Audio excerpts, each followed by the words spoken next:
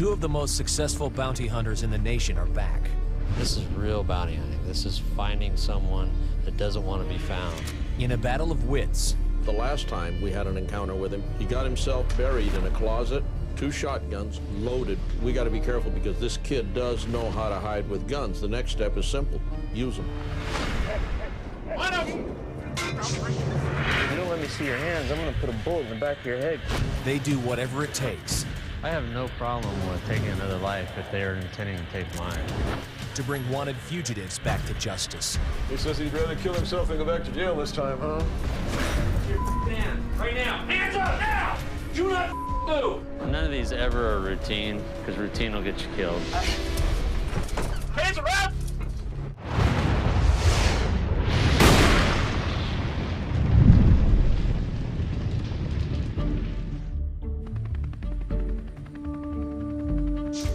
Over the past 30 years, Leonard Padilla has become one of the world's most successful bounty hunters. In 32 years, I've been responsible for the capture and incarceration of over 4,000. I quit counting when I reached 4,000, and that was about 15 years ago.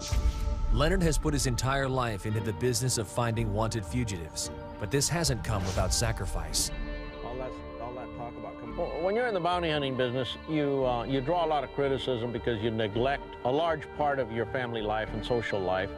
But it's a situation where you're either going to be a bounty hunter or you're going to be a socialite. Together, the two bounty hunters were responsible for the arrest of thousands of skips in the 90s.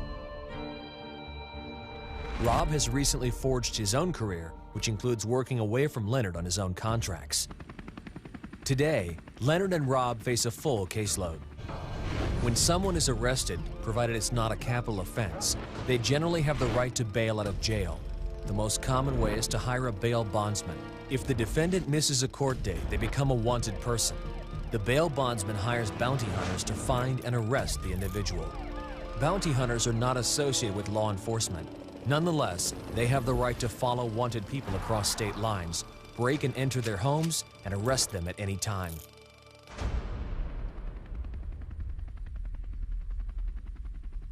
In Sacramento, the team begins the search for Tina Chavez, who failed to appear in court and has left her bondsman on the hook for $10,000. Leonard has known Tina and her sister for years.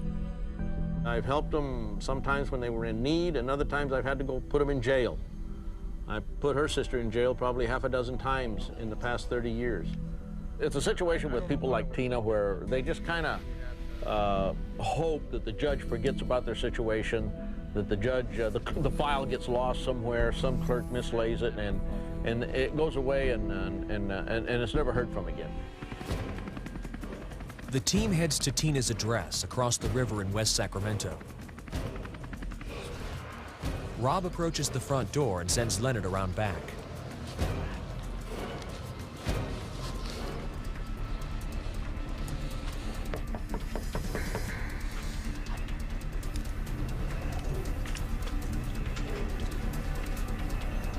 Not getting any response. It appears someone is home. You got big shoes underneath the coffee table and a purse sitting right on top. By law, bounty hunters have the right to break and enter any residence listed on the defendant's bail application. One of the problems that law enforcement has, their hands are tied so much. I mean, if they didn't personally see the guy with the warrant, they're not going to be able to make entry. But we have a little bit more leeway in the fact that, yeah, we can make entry into your house and come get you. And you sign that right away when you bailed out. Hey, Tina. We're here to take you into the jail. We need to open the door. Hey, guys. Tina. Tina. They make entry back there? It's easier than Tina. You need to come on out. We're gonna have to come in and get you. Come on, let's go. Tina. You need to come on out, honey.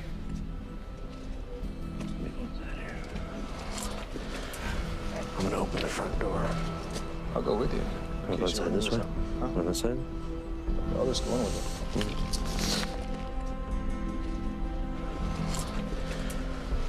We're gonna go in the back window. Roger.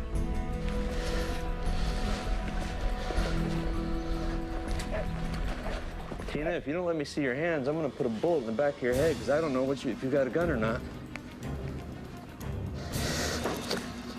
Let me see your hands. I don't know if you have a gun or not. Why are you hiding down here? I don't want to go to jail. Well, get your hands up there.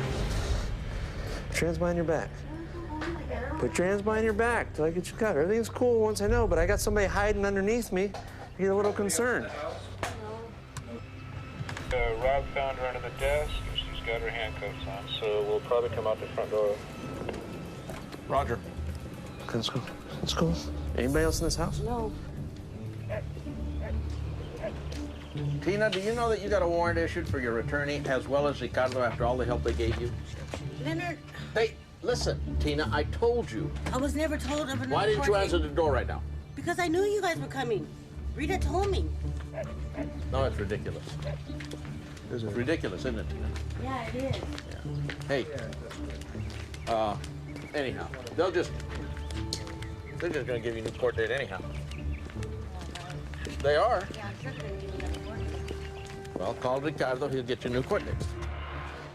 I mean, I was climbing through the window. We couldn't see her at all. She was all the way under the desk. And when I got up on top of the desk, I could see the feet sticking out.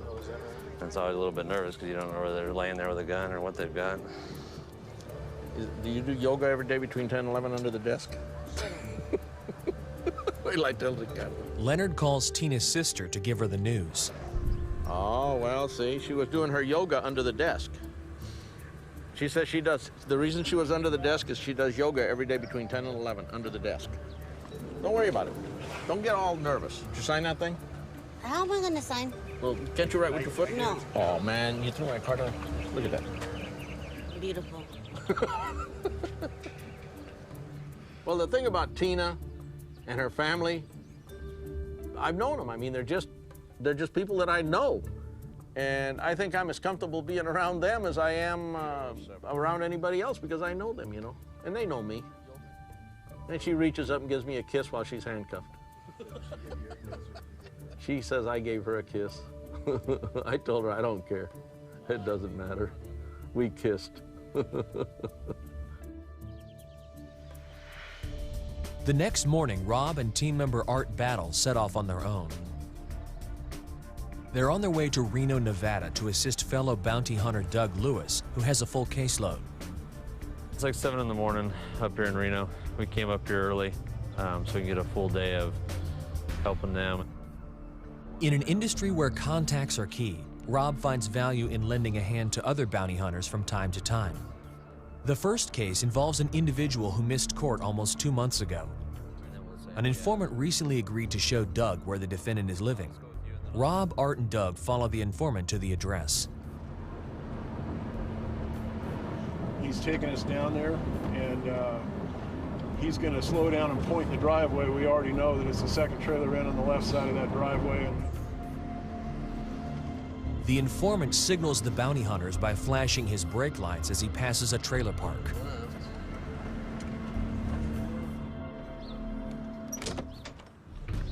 How you doing? How are you? Not bad. Doug interviews the owner of the trailer who is renting space to the fugitive and his father. We don't want to cause you any trouble. Okay. Okay? But, you know, if he's wanted and you're harboring him, then that's a crime. That's You clear. understand that, right? Well, the guy in the trailer said that our guy doesn't get off work till late in the afternoon. So instead of sitting there where there was just too much activity and not a really good place to sit, we're going to wait down the road and come back in about an hour or two.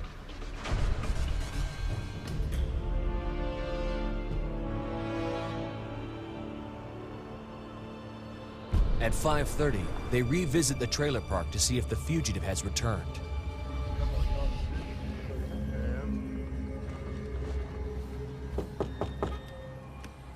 This time, a woman answers the door. Hello. How you doing? Hi. Oh. I don't know. You don't know? Is he here or not? You don't know who he is? No. I'm about to leave. I'm a friend. You're just a friend? Well, let's go in and see if maybe he's in here. You were here to see his dad? You're the dad, aren't you? This guy. You know him? Oh, yeah. Yeah? It's your son, isn't it? Yeah. Yeah? ¿Y dónde? At work. I don't know. What? Trabajo. Trabajo? Who's in here? It's kind of funny. No, you pissed me off, dude. Turn around, put your hands behind your back. Turn around, put your hands on your head, now. That's it. Taser, you speak taser? Turn around.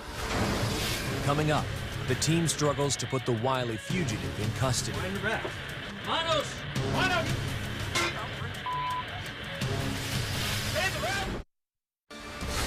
Doug has located the defendant in a small bathroom. No, you pissed me off, dude. Turn around, put your hands behind your back. Turn around, put your hands on your head, now. That's it. Taser, you speak taser?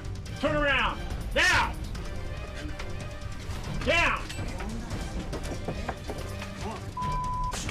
Stand up. Don't get down there. Stand up.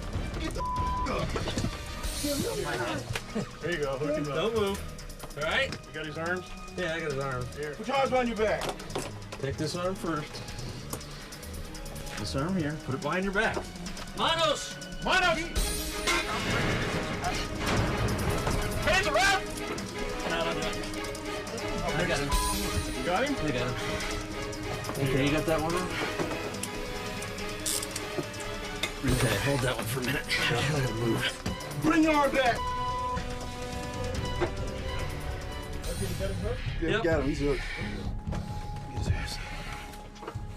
Hidden weapons pose a very real threat to bounty hunters when arresting people on their own turf. Art explains that using force is often a necessary part of the job. Rob had a hold of him, but I didn't know what he had, maybe, you know, underneath the toilet, you know, in the little closet thing next to the cabinet, and if he had a gun, a knife, anything.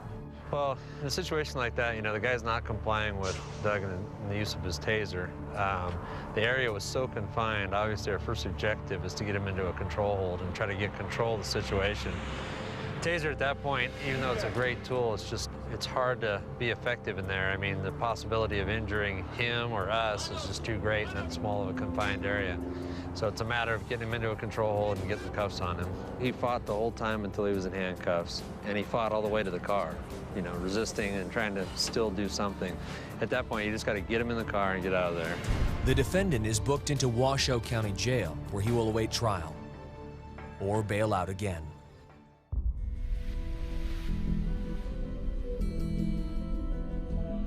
As night falls on Reno, the biggest little city in the world, Rob, Art, and Doug move on to their next case, a fugitive who is wanted on multiple charges. The team arrives at the address the fugitive listed on his bail application. Could be his kid. Kid's coming to the door, someone on the couch. Oh, we're looking for He's not here? No. Where's he at? I don't know. Two females. In that situation, the first contact we had was with the kids. You know, we're looking for Dad. You know, we weren't getting any cooperation. You know, even if they knew, they weren't going to tell us. It wasn't going anywhere. Does your uncle know where? No. No? Did he go back to Mexico or what? No, I don't know. You don't know. You haven't seen or heard from him. Okay. And he's trying to get your mom on the phone here. Yeah. Where's your mom working at now? We kind of got lucky that Mom, who was wife and co-signer, shows up. Have your mom call me when she gets home. Okay? I think she just pulled up. Yeah, that's my mom. Yeah. The fugitive's wife insists that she does not know where her husband is living. Doug explains the gravity of her situation as a co-signer on the bail bond. You bailed him out of jail, okay? You signed on the bail bond. You are responsible for him not being in jail. And you know, One of the great things about Nevada is that defendant and co-signer sign a general power of attorney. So basically, at the time of forfeiture, to recoup the loss, I mean, the potential to take just about anything is there.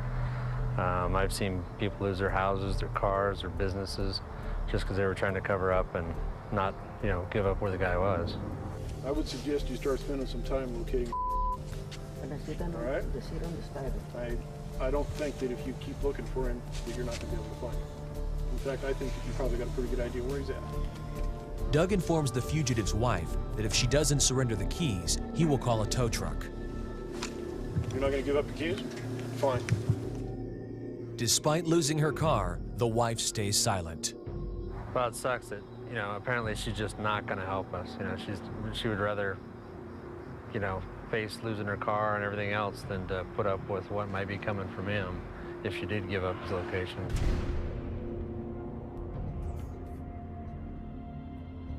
Hours later, a call comes in which points the bounty hunters to an apartment complex where the fugitive might be living. Rob worries that the fugitive's family will notify him before they get there. Well, you know, there was a lot of conversation between her and the kids back and forth. You know, the kids, you know, obviously it's their dad. They kind of don't want to give him up. Right now, we just have to race to the location of where the defendant is before he might get tipped off by the kids. They arrive, but no one is home. The team reluctantly retreats for the night, hoping that the suspect hasn't already been tipped off to the hunt. It's about 1 o'clock. Got a couple good leads on the one that we can pick back up in the morning, so we're just gonna get some sleep and start over tomorrow morning early.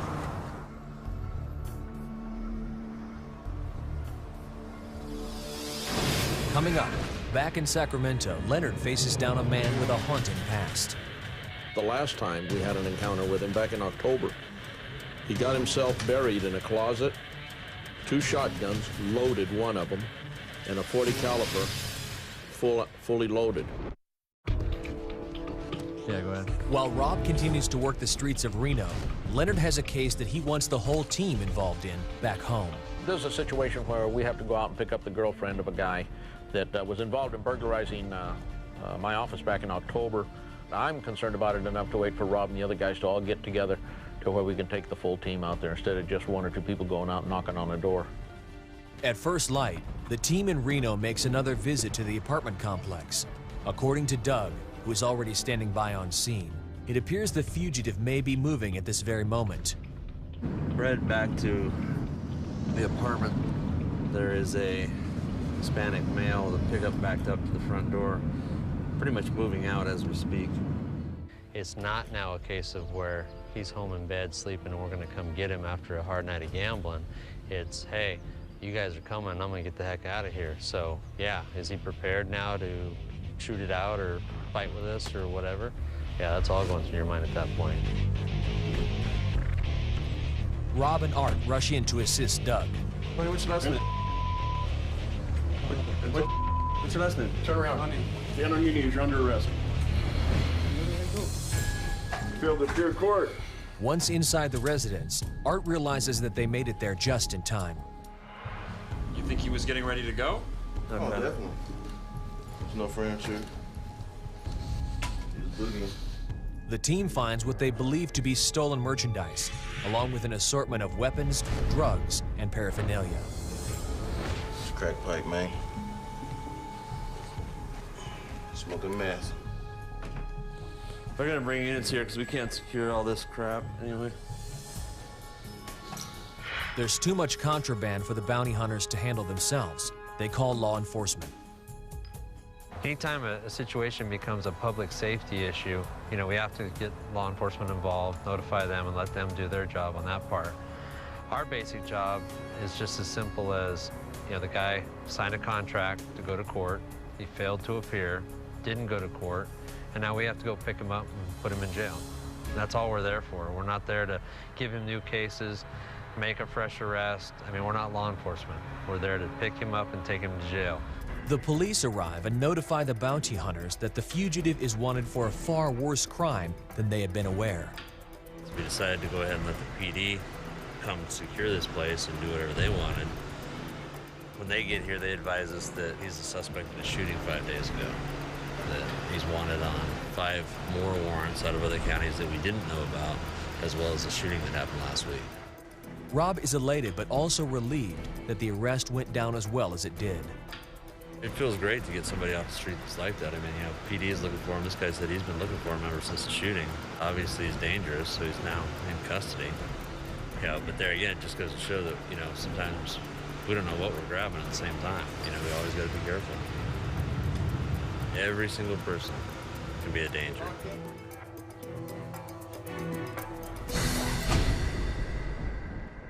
Before he leaves Reno, Rob has a chance to reflect on the week away from his former mentor.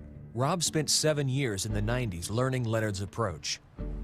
Being away from Leonard is you know, good and bad. I mean, when you're in the heat of the moment with Leonard and you're right on the guy's trail and you know, we're both doing things to resolve the situation, I mean, you know, yeah, that's great. I mean, there's nothing better than that. Being away from him is just a difference. You know, I'm on my own, I'm doing different things, and I'm just catching people the way I catch them. I know that I can accomplish great bounty hunting without having to work 24/7 like he does. He learned a tremendous amount from the man known as the Godfather of Bail, but eventually he couldn't take Leonard's 24/7 mentality, and in 2002, broke ties with him completely. When we were working together originally, I mean, he was putting me through the hoops, and I think that was good. I mean, he was seeing what kind of guy I was and pushing me to my limits, and you know, there came a point where I was just like, I just want to be done. I want to do my own thing. I don't want to have somebody telling me every 5 minutes, you know, whether I can take a breath or not. Their current relationship is marked by a new agreement that takes into account their very different work philosophies. The new arrangement is probably going to be better for all of us involved. It gives Rob a lot of latitude, and the understanding is I have to say, okay, fine, if that's what he wants to be involved in, I have no problem with it. But Leonard believes in time, Rob won't be able to deny his true calling and will begin making the same sacrifices he's made in his own career, including working around the clock. Rob's going to go through a few years of dealing with bounty hunting as a job, dealing with bounty hunting as a, okay, I got to go do this with my family and all that.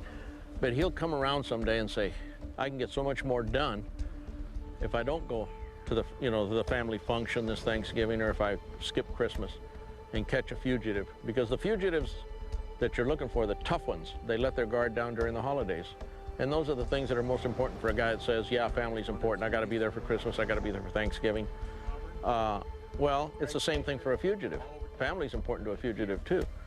So if the fugitive's at Christmas at his family's, you might want to give up your family and be at his family's.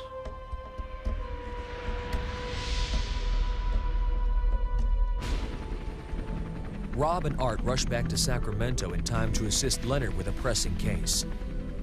Leonard explains the personal history he has with this particular defendant's boyfriend. They're part of a loose-knit group of burglars that have been burglarizing houses and businesses in Sacramento, to the extent that they actually burglarized, or were part of a group of people that burglarized my office back on October 29th.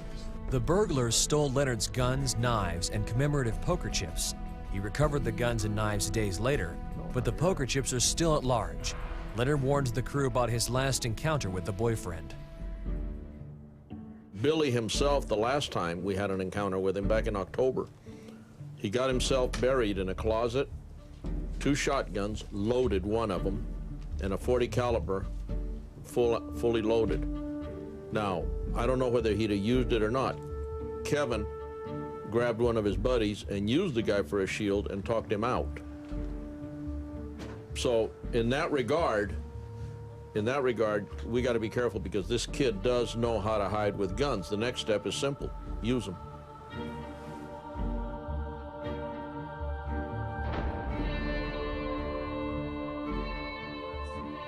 Leonard's also not taking any chances on this one. I've had people that say, well, you've created this aura of invincibility around you, and you think that a bulletproof vest will make it crumble or chip away at it. That could be. I don't want anybody to think that I'm standing there in front of them and I'm afraid to if I didn't wear a bulletproof vest. Today, he wears a bulletproof vest for one of the first times in his lengthy career. That's okay, I don't care about the back. Why is your vest going like that? Because I got a fat belly. Go ahead. It's gonna reach? Yeah, it'll reach. What do you mean? I'm always scared. No, I'm always scared. When there's a situation where you know that the individual has held a gun or knows about guns, or you're going into a home and you're, you know, Rob says he goes through a door hoping he doesn't have to kill somebody on the other side. I go through the door hoping somebody doesn't start shooting, and if they do, that I at least get off a couple of rounds. That's my thinking. The team has little more than a description of the suspect's vehicle and a general idea of her neighborhood. Their only option is to canvass the area street by street and hope that a solid lead presents itself.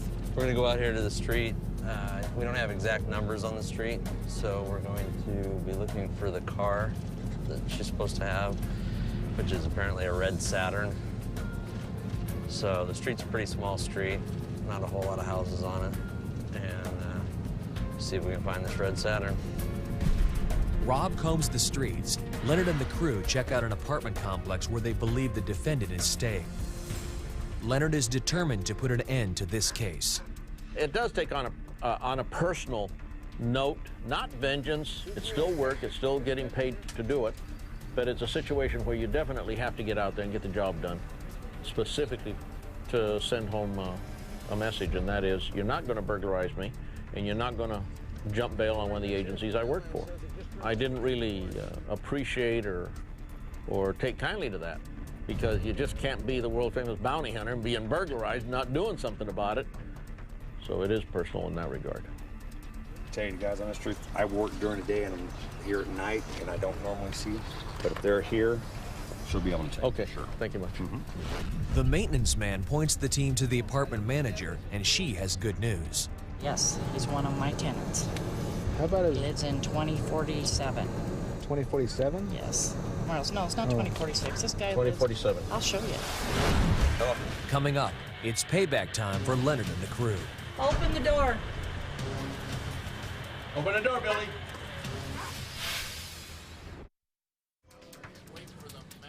The team pinpoints the apartment and they move in. I just want somebody over there.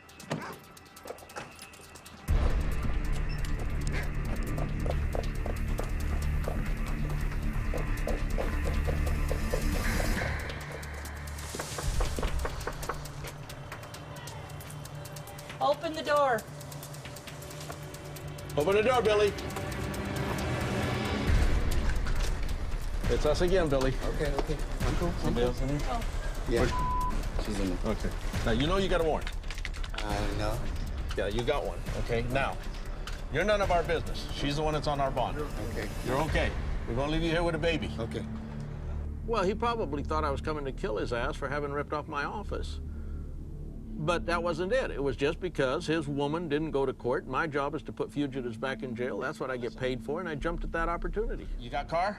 No. Okay. Billy? If you want to ride down there, I'll get that warrant pulled. That's my whole thing. Whatever he thought, well, if it tormented him a little, that's frosting on the cake. But my job was, I get paid to put her in jail. Took me less than a day to find her, put her in jail.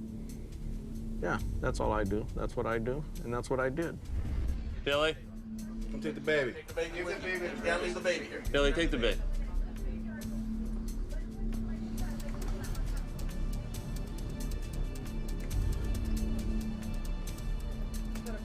Nothing at all.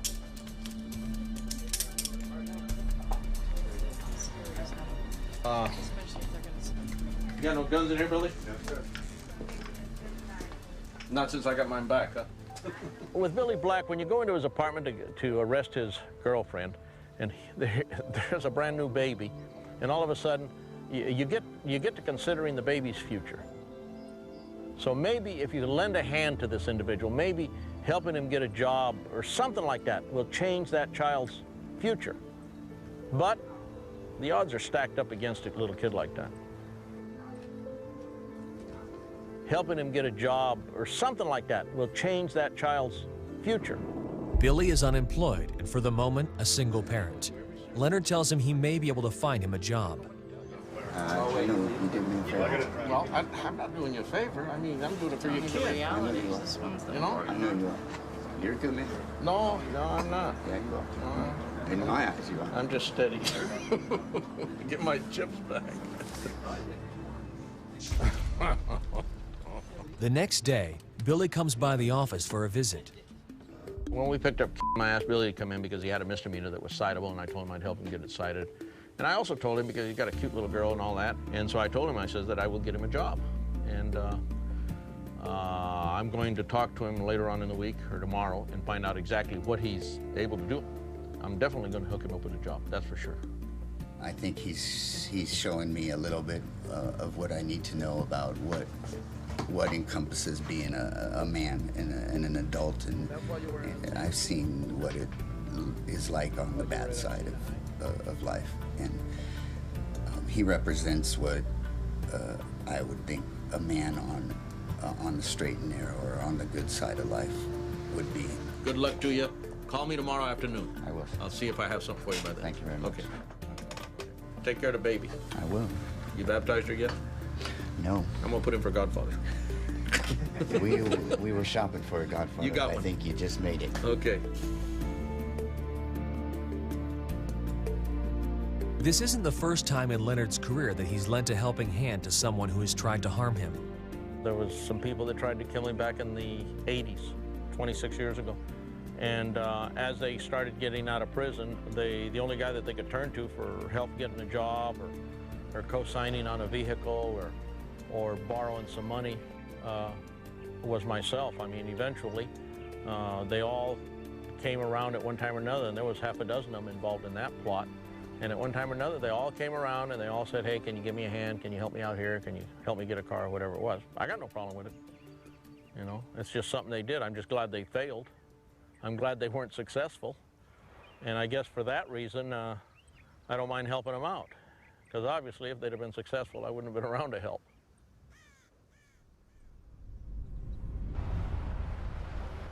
Rob heads back to Reno to assist Doug with one more capture. Lucas Brady is a fugitive who has been involved with the judicial system since he was 13 years old. He has a significant past criminal history. He's got convictions for drug trafficking, weapons violations, and he pretty well covers the gamut of things that you can do and be a bad boy. Doug and Rob head out and begin the search at the fugitive's mother's home. Well, we're about a block and a half away. This is supposed to be the defendant's mom's house, which is his address of record. We're looking for Lucas. Where's he at? Okay, when's the last time he was here? 2 days ago. 2 days ago? He got in a fight with 2 days ago he got in a fight with... through the house. Okay, where does he normally stay when he gets in a fight? We got some information that possibly he was pretty abusive to the girlfriend, which is his son's mother, a couple days ago. See if we can locate her and maybe get a little more idea where he might be or where he's hanging out at. So, he apparently doesn't get along real well with anybody in his family. Violence seems to be pretty much, you know, his end game. Whenever he doesn't want to deal with something, he breaks things, throws things, gets into fights with people, that kind of deal. He's made some statements over the last couple days that he'd rather just kill himself or be killed than go back into custody. So, you know, whether that's his heartfelt feelings or the drugs talking really doesn't make any difference, because at this point, that seems to be where his state of mind's at. Our job is to mainly solve the problem, you know. I mean, obviously, you're talking about people that have a problem to begin with. You know, they miss court, they're running. A lot of them have been, you know, they're at their wits' end on what they're gonna do. I mean, they know that when they get caught, they're gonna do some serious time. So they're probably in their mindset thinking about even taking a life if it has to, just to not do that time. I mean, obviously, if we can point out that, you know, hey, guy, you know, you're gonna do a couple years. You gotta get it done. You know, this is what you did. Now you're gonna do it. By running and taking someone else's life, you're just gonna put yourself away forever. You know, so if we can diffuse the situation, that's the best. But we have to do what we have to do to solve the problem. Coming up, the team struggles to put the fugitive in custody. Hands, right now. Hands up now! Do not move! In the hunt for fugitive Lucas Brady, the stakes have just been raised. Made some statements over the last couple days that he'd rather just kill himself or be killed than go back into custody. Rob and Doug leave the fugitive's mother's house and move on to the next location, his ex-girlfriend's house. Now, he just slashed the daughter's tires here, so they should be pissed at him, but this is the lady that bailed him. Doug goes to the front door. Rob covers the back. Yeah, it's negative. I'm getting no response. Looks like the security door is dead bolted up here.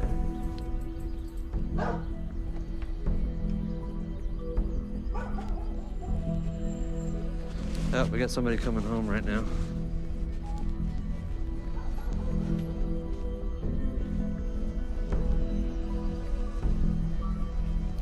Wait, don't wake him up yet. Let me find out who this guy is here. Adi, looking for Lucas. The ex-girlfriend's father says that Lucas has not been there for some time. Doug doubts the man is being 100% honest. I think that there was a long-standing relationship and a child in common between his daughter and the defendant, and that probably made the defendant family. And you have to understand that blood's thicker than water. And you know, he was under absolutely no obligation to tell us anything, let alone the truth. So yeah, he was probably a little less than forthcoming. Thank you, sir. Despite their inability to locate Lucas at this point, Doug remains confident that they will catch up with him. There's good news and bad news. You know, the bad news is that we don't have him in custody yet, but the good news is that he's still running around in circles and he hasn't decided to run in straight lines. Well, from what we've learned so far today, Lucas is probably one of the more dangerous ones that we're dealing with right now. It appears that he could be in that mindset of he doesn't really care, you know? The one lady we talked to made comment that he had said yesterday that he'd rather die than go to jail. So, I mean, that could lead to a pretty heavy confrontation if pushed into a corner. You're dealing with a guy that may want to force a suicide situation, you know, or force one of us to take his life, and that may be the ultimate result. But it's going to be on his choice, not mine.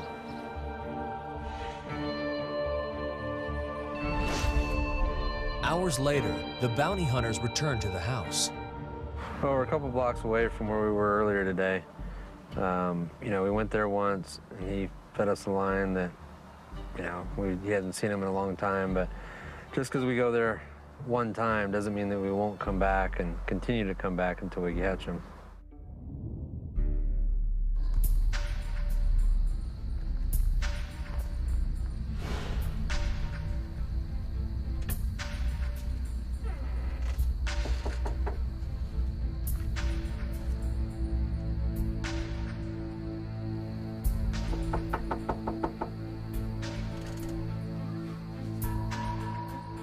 Rob sees someone move across a window.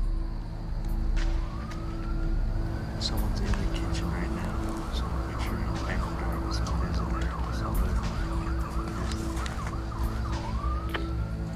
there. Okay, well, I'll tell you what, I just banged on the front door and it popped open. It's imperative that the bounty hunters determine if the fugitive is inside the house before making entry. Hello! Safety right now is the #1 concern because it's so dark out here. And, you know I saw someone in that window. And now, obviously, by us not being able to see him, he doesn't want us to see him. So where he went, where he might pop up is quite a danger at this point. 10-4. I banged on the door. It looked like it was ajar. And the thing popped open. It's standing open about 6 inches right now. I can see in the living room. I've been yelling inside. Nobody's responding. Yeah, I can hear you all the way to the back. Someone doesn't want to come to the front. Bill enforcement! Come on to the front door here!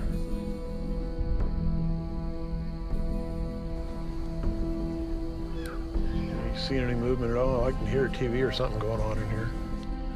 Okay, there's nobody in the kitchen that I can see. The dryer's going in the garage. But definitely I saw movement between me and the light inside the house. At the point where you're positive, 100% sure that he's there, I mean, then it's all rolls off. I mean, you can break and enter and actually take him into custody. But getting to that point is the cautious steps. So we have to be 100% sure. We have to try to see if there's anybody else in the house. 10-4, and you saw, you're definitely sure that you saw an individual inside? I definitely saw what looked like a large person walk by in the shadows. They were walking from point A to point B, and then you started knocking, and they've never come out since then. 10-4, we're just about absolutely positive there was somebody in there casting a shadow when they moved, correct? This back bedroom's clear, and the front room, I mean, I can see down the hall. I mean, what do you think on entry? I mean, I'll make entry if you want to take this back. It's clear that Lucas is in fact hiding in the house. They just don't know where.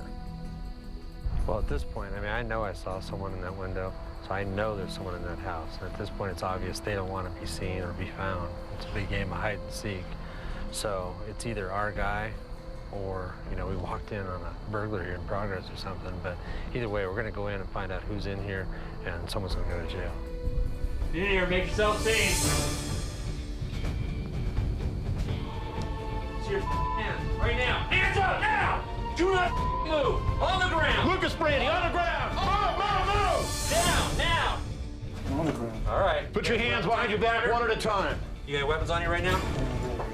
What? Okay. All right. All right, I've got him. You got him? You got a taser on the back of your head, pal. Okay, I ain't doing that, man. Okay, right hand behind your back. I'm not watching my hands. Right hand behind your back. When we walked in, he was sitting there on the floor of the kitchen. I mean, he was just looking down. He had a look like, you know, I can't believe you actually came in. I mean, he would have sat there motionless all night long into the next day and probably next week, you know, thinking that we wouldn't come in. And when we came in there, it was just, he didn't move. It was just a thing of, wow, they actually came in and got me. Come on, Lucas. Watch your head. Gotcha. There we go.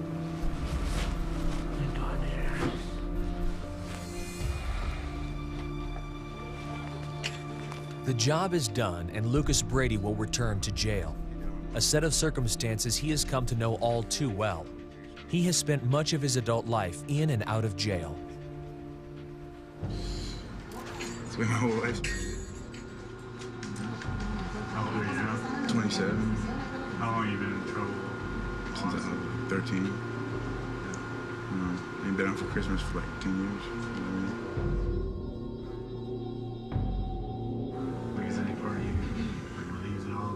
Yeah, well, not really. It was just upset with myself for getting back in the same stupid situation when I could have just kept doing things right. Could have been able to get my son and all that. Lucas's final words are meant for his family.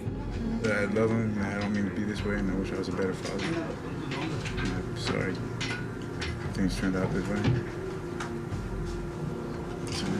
Here's a guy that we heard he's gonna go out with a fight, you know, take his own life or have somebody else take his life. And hey, you know, it's always good if it doesn't work out that way.